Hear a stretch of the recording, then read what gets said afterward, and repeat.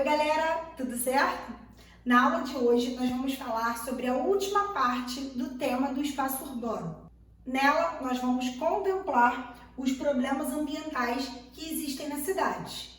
Obviamente, gente, não vai ser possível falar de todos os problemas, até porque eles são muitos, principalmente naqueles espaços urbanos que tiveram um crescimento rápido e desordenado. Mas eu elenquei aqui os principais que fazem parte do cotidiano de vocês e que mais caem nos vestibulares do Enem e da UERJ. Antes de falar especificamente de cada um dos problemas, eu queria ressaltar que a paisagem urbana ela vai materializar as transformações feitas pelo homem. Ela é uma paisagem transformada, uma paisagem cultural. E as suas construções, elas são a marca da capacidade do homem de criar tecnologias, criar modernizações e tentar desenvolver um ambiente com o máximo de conforto para a sua sobrevivência. Entretanto, gente, essas modificações, muitas vezes, elas acabam tendo um preço, que é o preço da degradação e, em algumas situações, da destruição dos recursos naturais. Isso significa, gente, que as transformações da natureza feitas pelo homem, elas têm sido tão intensas e tão rápidas que elas não têm acompanhado o que a gente chama de resiliência ambiental. O que é a resiliência ambiental? É a capacidade que a natureza tem de se regenerar diante de algum processo que venha a agredir. E isso vai ter uma revelação muito forte com as revoluções industriais que ocorreram ao longo da história da humanidade. Agora vamos para os problemas especificamente. Vamos começar falando dos alagamentos. O alagamento ele vai ocorrer quando a quantidade de água que está correndo no rio, ela vai sobrepor as suas margens, a sua planície de inundação, que é a área que vem eventualmente a inundar quando o rio transborda, atingindo uma área mais extensa. Mas por que esses eventos são tão comuns no espaço urbano brasileiro?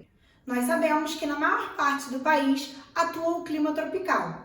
Esse clima ele tem como marca verões chuvosos com elevados índices pluviométricos. E aí, durante essa estação do ano, essas chuvas elas vão ser muito intensas. A intensidade dessa chuva vai se tornar um problema a partir do momento em que nós temos um espaço completamente alterado. Os antigos pântanos são aterrados para que construções sejam feitas.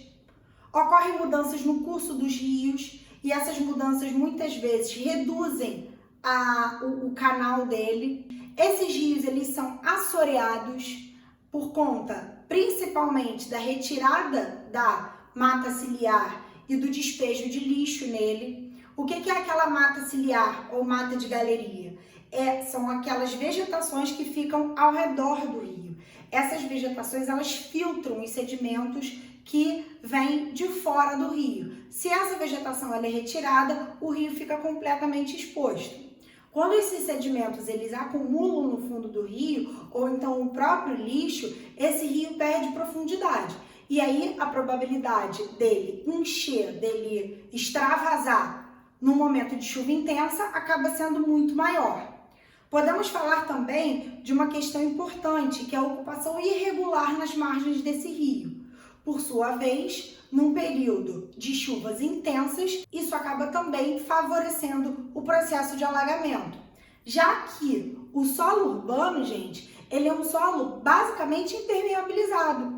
O asfalto e o concreto, eles selam o solo, impedindo que as taxas de infiltração elas ocorram naturalmente.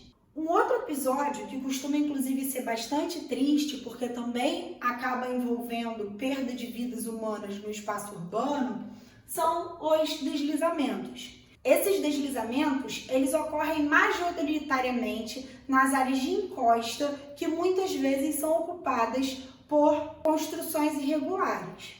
Essas construções, elas são feitas por uma população mais pobre, que vive em periferias, no sentido de favelas, e essas construções, por serem de péssima qualidade, por muitas vezes não passarem pela análise de um especialista, de um engenheiro, por serem feitas sobre um solo vulnerável, fazem com que, em períodos de chuva intensa, o solo desprotegido, sem vegetação, vai sofrer bastante desagregação, vai ficar encharcado, e no momento em que o solo fica encharcado, ele fica pesado, plástico, o que, adicionado ao peso das construções, vai favorecer o que a gente chama de movimento de massa, causando o deslizamento das encostas, que muitas vezes trazem consigo construções e, infelizmente, pessoas. Um outro problema que nós podemos destacar é a questão do lixo urbano. A vida na cidade é uma vida muito corrida. Por esse motivo, nós buscamos praticidade o tempo inteiro. Essa praticidade vai fazer com que a gente consuma uma elevada quantidade de produtos que possuem embalagens e que não são biodegradáveis. Então, consumimos uma quantidade de matéria-prima muito grande e produzimos uma quantidade de lixo muito grande também. Esse lixo, por sua vez, traz alguns problemas, como, por exemplo, em muitos lugares não há coleta regular. Se não tem coleta regular, os lixos eles ficam se amontoando. Lixo acumulado atrai vetores de doenças. Na maior parte do Brasil não existe coleta seletiva, então todo tipo de lixo doméstico acaba se misturando, o que dificulta inclusive o processo de reciclagem e tratamento desse lixo. Uma outra questão importante, gente, é que esse lixo ele não vai ser depositado, na maioria dos casos, nos lugares corretos. E os locais corretos, que são esses aterros sanitários, eles não vão sofrer a manutenção que devem. Dessa forma, no Brasil, a gente ainda convive com uma realidade que é proibida por lei, que são os lixões. O que são os lixões? São depósitos de lixo a céu aberto. Esse chorume, por sua vez, vai acabar contaminando o solo e o lençol freático. Não podemos esquecer que a própria decomposição do lixo vai acabar liberando gases tóxicos que poluem a atmosfera. Além do mais, o lixo ele vai acabar atraindo uma população de baixa renda que vai procurar nesse lixo sustento, mas que vai viver em condições extremamente degradantes e arriscadas para a vida delas. Além do mais, gente, a proximidade com lixões vai acabar causando desvalorização imobiliária daquele entorno. E, por fim, o lixão vai ser uma forma de atrativo de vetores de doenças, como ratos e baratas. Portanto, gente, o destino adequado para o lixo urbano são os aterros sanitários, que são estruturas que impermeabilizam o solo, canalizam a produção de chorume, impedindo que esse chorume tenha contato com o lençol freático e com o próprio solo, e, além do mais, canaliza também a produção desses gases oriundos da decomposição do lixo. Dessa forma, inclusive, dá para produzir um tipo de energia que se chama biogás. Assim, o lixo nos aterros ele vai ser depositado e depois ele vai ser coberto. Um outro elemento importante que a gente pode falar como um problema ambiental urbano é o despejo de lixo, que a gente já acabou de falar, e de esgoto in natura dos rios. O que é esse esgoto in natura, gente? É o esgoto sem tratamento.